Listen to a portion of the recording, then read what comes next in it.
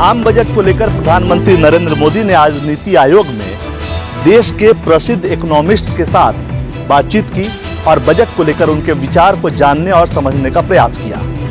23 जुलाई को वित्त मंत्री निर्मला सीतारमण, जो इस बैठक में मौजूद थी, लगातार 7वीं बार नरेंद्र मोदी सरकार के तीसरे कार्यकाल का पहला बजट पेश करेंगी। इतना ही नहीं, इस बार चुनौती भी बड़ी है क्योंकि एक तो लोकसभा चुनाव का परिणाम मन मुताबिक नहीं आया है, साथ ही एनडीए के सहयोगियों पर डिपेंडेंसी बढ़ी है। इसके अलावा 4 राज्यों में चुनाव भी है, लिहाजा हर आदमी के झोली में कुछ न कुछ डालना नरेंद्र मोदी सरकार की मजबूरी भी बनती हुई दिख रही है। ऐसे में 23 जुलाई को जब 7वीं बार वित्त मंत्री निर्मला सीतारमण बजट पेश करेंगी तो माना जा रहा है कि आम आदमी के लिए सौगातों का दरवाजा मोदी सरकार खोलेगी कि जो इनकम टैक्स का स्लैब है उसको बढ़ाया जा सकता है। किसान सम्मान निधि जो 6,000 रुपये प्रति साल मोदी सरकार किसानों को देती है, उसको भी 6,000 रुपये से ज्यादा बढ़ाया जा सकता है।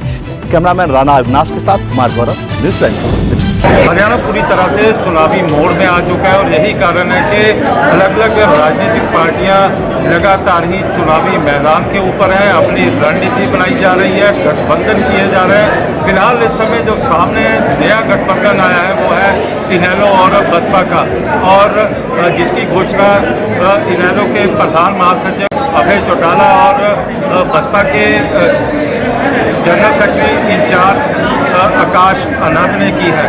और आने वाले समय में जिस तरह से सीटों का गठबंधन हुआ है उसमें 37 सीटों के ऊपर बसपा चुनाव लड़ने जा रही है, तो 53 सीटों के ऊपर इनेलो चुनाव लड़ने जा रही है। और वहीं पर दूसरी पार्टियों के साथ गठबंधन को लेके भी इनेलो ने अपने विकल्प खुले रखे हुए हैं। और जो अभय चौटाला ने भी साफ कर दिया कि आने वाले समय में यदि कुछ और पार्टियां इस गठबंधन में शामिल होती हैं तो एक संयुक्त फ्रंट बना लिया जाएगा और उसका फैसला भी बसपा और इनेलो की सुप्रीम लीडरशिप द्वारा किया जाएगा। कैमरामैन कबीर सिंह राणा के साथ विशाल न्यूज़ 24 चंडीगढ़। उत्तर प्रदेश में सरकारी नौकरियों में भर्ती पर एक बार फिर सियासत तेज हो गई है। मुख्यमंत्री योगी आदित्यनाथ ने सपा कार्यकाल में सरकारी नौकरियों में भर्तियों में घोटाले का आरोप लगाया तो अखिलेश यादव ने पलटवार करते हुए कहा कि मुख्यमंत्री को ऐसे वस्त्र पहनकर झूठ नहीं बोलना चाहिए। दरअसल कल लेखपालों को नियुक्ति पत्र वितरित करते हुए मुख्यमंत्री योगी आदित्यनाथ ने कहा था कि समाजवादी पार्टी के कार्यकाल में जब सरकारी नौकरियां निकलती थी तो उससे पहले ही चाचा भतीजे यानी अखिलेश यादव और शिवपाल यादव में बंदरबांट शुरू हो जाती थी।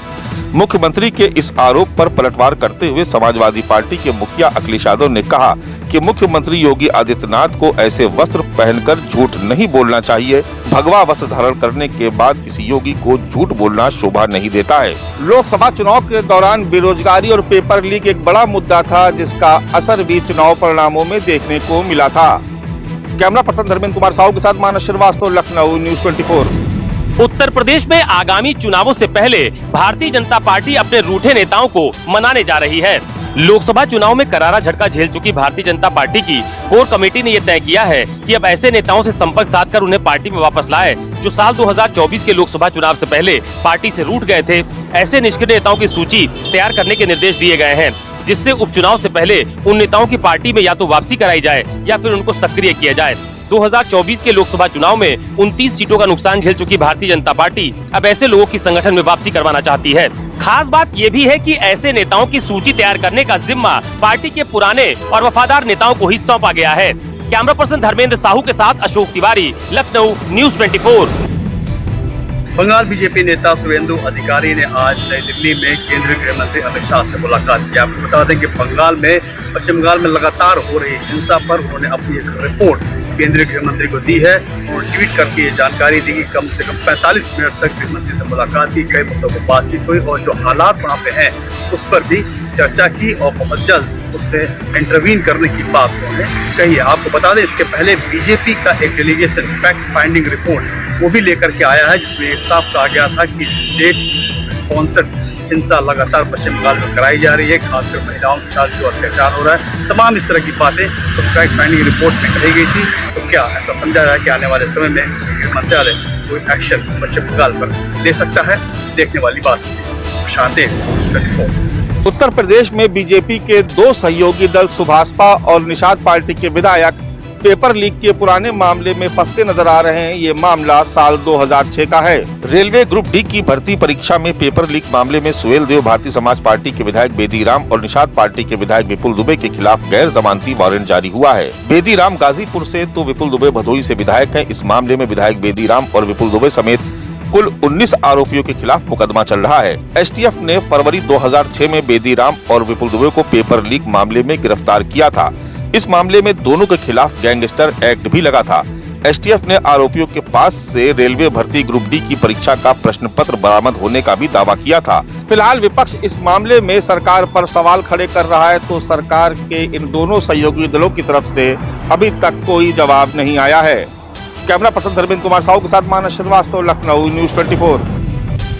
मराठा आरक्षण की मांग को लेकर आंदोलन करने वाले मनोज जरांगे पाटिल का आज शांतता दौरा और संवाद यात्रा बीड़ में पहुंच रही है। पिछले 5 दिनों से 6 जिलों से ये यात्रा गुजर चुकी है और आज ये बीड़ में पहुंचने वाली है। स्थानीय प्रशासन ने वहां पर मनोज जरांगे पाटिल की सभा में होने वाली भीड़ को देखते हुए आज बीड़ शहर के सभी स्कूल और कॉलेजों को एहतियात के तौर पर वहां पर बंद रखा गया है। बीड़ की सड़कों पर मराठा समाज के युवक और युवतियों की भीड़ वहां पर सबसे ज्यादा देखने को मिल रही है। लोकसभा के 2024 के चुनाव में मराठवाड़ा से 9 सीटें थी, उसमें से शिवसेना ने सिर्फ 1 सीट जीती थी। भारतीय जनता पार्टी के हाथ में 0 लगा था, बल्कि कांग्रेस और एनसीपी की वहां पर 8 सीट आई थी, वो भी सिर्फ और सिर्फ मनोज जरांगे पाटिल को लेकर। अब मनोज जरांगे पाटिल ने कहा है कि मराठा समाज को ओबीसी कोटे से आरक्षण नहीं दिया तो बड़े महाराष्ट्र का वो दौरा करेंगे और 288 सीटों पर अपने उम्मीदवार चुनावी मैदान में उतारने वाले हैं। फिलहाल मनोज जरांगे पाटिल का दौरा मराठवाड़ा तक ही सीमित है। कैमरामैन दिलीप अवेरे के साथ विनोद जगताले, न्यूज़ 24, मुंबई। कोलकाता में इन दिनों सब्जियों के दाम आसमान छू रहे हैं और जिस तरह से देखें कि लगातार सभी सब्जियों के दाम बढ़े हुए हैं। बढ़े हुए दाम को लेकर मुख्यमंत्री ममता बनर्जी ने नवन्नों में एक बैठक किया है और साफ तौर पर उन्होंने आदेश दिया है कि जो टास्क फोर्स एक टीम गठित है सभी बाजारों में जाए और 10 दिन के अंदर ये जाके रिपोर्ट को सौंप दे।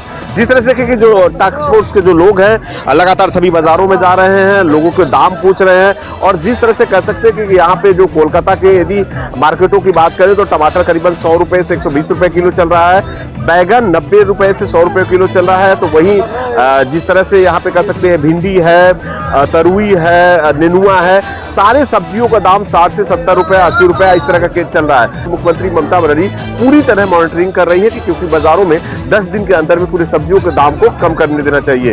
इसको लेकर मुख्यमंत्री ममता बनर्जी की बड़ी प्रयास है और ये जो टास्क फोर्स जो लगातार सभी बाजारों में जा रहे हैं, दुकानदारों से बात कर रहे हैं और इसका रिपोर्ट सीधा मुख्यमंत्री ममता बनर्जी को सौंपेंगे। कैमरामैन पंकज के साथ Manoj Pandey, news 24, Kolkata. Worli hit and run मामले में मुंबई पुलिस ने जांच तेज कर दी है। पुलिस ने दोनों आरोपियों ड्राइवर राज ऋषि और मुख्य आरोपी मिहिर शाह को आमने सामने बैठाकर पूछताछ की है। साथ ही पुलिस ने सीन का रिक्रिएशन भी किया है।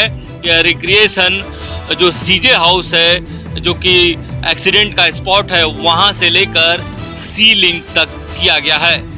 इतना ही नहीं, पुलिस का कहना है कि दोनों आरोपी जांच में पूरी तरह से सहयोग नहीं कर रहे हैं और दोनों की जो बातें हैं, दोनों की गवाही है आपस में मेल खाती है, यानी दोनों ने आपस में बात की है कि पुलिस को क्या बताना है। तो मुख्यमंत्री एकनाथ शिंदे ने कहा है कि जो भी दोषी होंगे उनको बख्शा नहीं जाएगा। मुख्यमंत्री ने सहायता राशि के रूप में जो पीड़ित परिवार है उसको 10 लाख रुपए देने का ऐलान किया है। अंचल के साथ इंद्रजीत सिंह, न्यूज़ 24, मुंबई। दिल्ली में मानसून आने के बाद एक बार फिर दिल्ली में बाढ़ का खतरा मंडरा गया, लेकिन उससे पहले दिल्ली सरकार अलर्ट हो गई है। जिस तरीके से गोवाना के पास नहर के टूटने के बाद आसपास के रिहायशी इलाकों में पानी भर गया, उसके बाद दिल्ली सरकार के मंत्री सौरभ भारद्वाज ने आज आईटीओ के पास जाकर ट्रेन नंबर 12 का जाकर निरीक्षण किया और वहाँ पर हालात का जायजा लिया। दरअसल सौरभ भारद्वाज ने आईटीओ के पास जो ट्रेन नंबर 12 पर बने बैराज का निरीक्षण किया है और सौरभ भारद्वाज ने कहा है कि पिछली बार यमुना का जलस्तर इतना बढ़ गया था कि वह तटबंध को तोड़ते हुए बैराज से टकराई थी और आसपास के इलाकों में पानी भर गया था और जिसके कारण बैराज भी टूट गया था। इसे लेकर पूरे साल तैयारी चल रही थी और इस बैराज को नया बनाया गया है। 32 HP के 3 नए पंप लगाए गए हैं। नई मशीनरी लगाई गई है। करीब 5 मीटर चौड़ा पत्थरों का तटबंध बनाया गया है। इन तैयारियों के बाद इस बार दिल्ली यमुना का जलस्तर अगर बढ़ भी गया है तो दिल्ली यमुना के आसपास के इलाकों में पानी नहीं भरेगा। विनय सिंह, न्यूज़ 24 दिल्ली।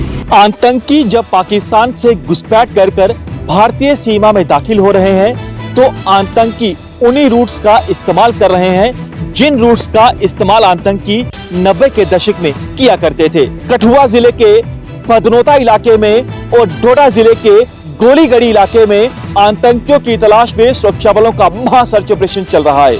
हम इस समय मौजूद हैं पदनोता इलाके में। यहाँ पर आप देखिए कि बेहद घना जंगल है और यहाँ पर घने जंगल के साथ साथ जो है खराब विजिबिलिटी यानी घना कोहरा है, वो चुनौती पैदा कर रहा है हमारे जवानों के लिए, क्योंकि आतंकी जो है इन घने जंगलों में छिपे हुए हैं। यहाँ पर कई नेचुरल केव हैं जिन केव्स में आतंकी जो है वो छिपे हुए हैं। केव्स इतनी ज्यादा खतरनाक है कि वहां पर सूरज की रोशनी भी नहीं पड़ती है और आतंकी उसी अंधेरे का फायदा उठा रहे हैं। यहाँ पर आप देखिए कि हमारे जवानों ने इस घने जंगल को चारों तरफ से कॉर्डन कर लिया है।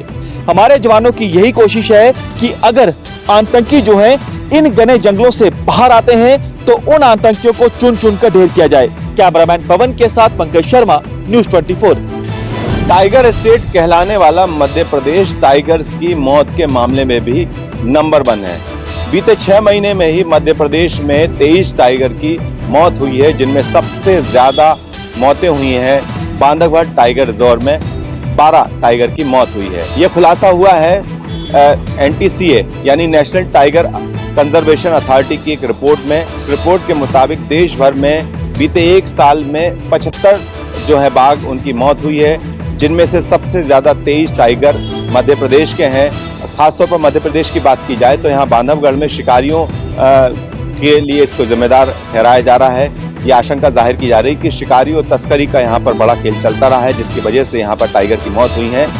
इसके साथ ही आपको बता दें कि इस बात को लेकर अब सियासत भी शुरू हो चुकी है। कमलनाथ मध्य प्रदेश के पूर्व मुख्यमंत्री, उन्होंने ट्वीट करके जिक्र किया है। उन्होंने कहा है कि शिकारियों और तस्करों की सांठगांठ का एक बड़ा खेल है जो इसके लिए जिम्मेदार है और सरकार की उदासीनता के चलते वन्य जीव पर संकट आ चुका है, इसलिए इस पूरे मामले की जांच होनी चाहिए। कैमरा पर्सन कमलेश व्यास के साथ विपिन श्रीवास्तव, न्यूज़ 24 मध्य प्रदेश।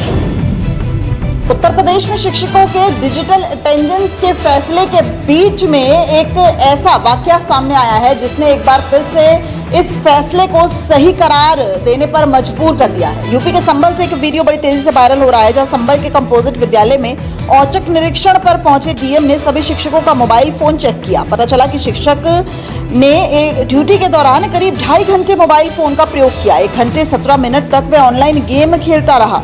फेसबुक और इंस्टाग्राम पर भी समय बिताया। नाराज डीएम ने मास्टर साहब को फिलहाल सस्पेंड कर दिया है। दरअसल कई विभागीय ऐप्स की जानकारी के मद्देनजर डीएम ने तमाम शिक्षकों के मोबाइल फोन चेक किए कि क्या वो विभागीय ऐप उन्होंने अपने मोबाइल में इंस्टॉल किए हैं या नहीं। लेकिन उन ऐप्स को देखने के बजाय जब हिस्ट्री निकाली गई तो देखा गया कि इतना लंबा वक्त अध्यापक जो है वो फोन पर बिता रहे हैं। वैसे में सवाल खड़े हो रहे हैं कि आखिर जो सरकारी अध्यापक हैं वो बच्चों को पढ़ाने की बजाय अगर मोबाइल फोन पर इतना वक्त जाया करेंगे तो क्या ये डिजिटल अटेंडेंस का यूपी सरकार का फैसला सही है? कैमरामैन रफीक के साथ दिव्या अग्रवाल, दिल्ली, न्यूज़ 24। डेंगू के बढ़ते खतरे को देखते हुए केंद्रीय स्वास्थ्य मंत्रालय ने 24 घंटे चलने वाले हेल्पलाइन की शुरुआत करने के आदेश दे दिए हैं। साथ ही साथ जिन राज्यों और क्षेत्रों में मच्छर जनित रोग के मामले बार बार सामने आ रहे हैं वहां पर खास नजर रखने के आदेश दिए गए हैं। यहां तक कि सभी केंद्र सरकार के अस्पतालों में अभी से ही डेंगू से लड़ने के लिए वार्ड बनाने के भी आदेश जारी कर दिए गए हैं। स्वास्थ्य मंत्रालय के बयान के मुताबिक फिलहाल डेंगू से होने वाले मृत्यु दर 3.3% 1996 में जो हुआ करते थे वो घटकर 2024 में 0.1% हो गई है। लेकिन इस बार मानसून की बारिश पूरे भारत में जिस तरीके से हो रही है और बाढ़ और जल जमाव की वजह से आशंका ये जताई जा रही है कि इस बार मच्छरों के पनपने से काफ़ी ज़्यादा बीमारियों के आसार बढ़ सकते हैं और साथ ही साथ लोगों की परेशानी भी बढ़ सकती है। कैमरा पर्सन अजय के साथ पल्लवी झा, दिल्ली, न्यूज़ 24। गुजरात में किस तरह से शराबबंदी कानून की धज्जियां खुद पुलिस वाले उड़ा रहे हैं, इसका एक बड़ा खुलासा आप पार्टी के विधायक चैतर वसावा ने किया। आम आदमी पार्टी के डेडियापाड़ा के विधायक चैतर वसावा ने भरूच में पुलिस वालों पर गंभीर आरोप लगाते हुए कहा है कि पुलिस खुद गुजरात में शराबबंदी कानून की धज्जियां उड़ा रही है। जिले की पुलिस के कई अधिकारी लोगों को शराब बेचने के लिए प्रेरित कर रहे हैं और उनसे हजारों और लाखों का हफ्ता वसूल रहे हैं। गुजरात में शराब की अवैध बिक्री को लेकर चैतर वसावा ने यह भी आरोप लगाया है कि शराब विक्रेताओं से उगाही की ये रकम आला पुलिस अधिकारियों के साथ साथ बीजेपी कार्यालय कमलम तक भी जाती है और इसीलिए गुजरात में शराबबंदी कानून बस एक मजाक बनकर रह गया है। अपनी बात को पुख्ता करने के लिए वसावा ने कई सीसीटीवी फुटेज और वीडियो भी जारी किए हैं जिसमें पुलिस पैसा लेते हुए दिखाई दे रही है। वसावा के इन आरोपों और वीडियो से पुलिस महकमे में हड़कंप मच गया है और फिलहाल इन तमाम वीडियोस और आरोपों की जांच एसपी कर रहे हैं। कैमरामैन प्रभात साथ भूपेंद्र सिंह, अहमदाबाद, न्यूज़ 24।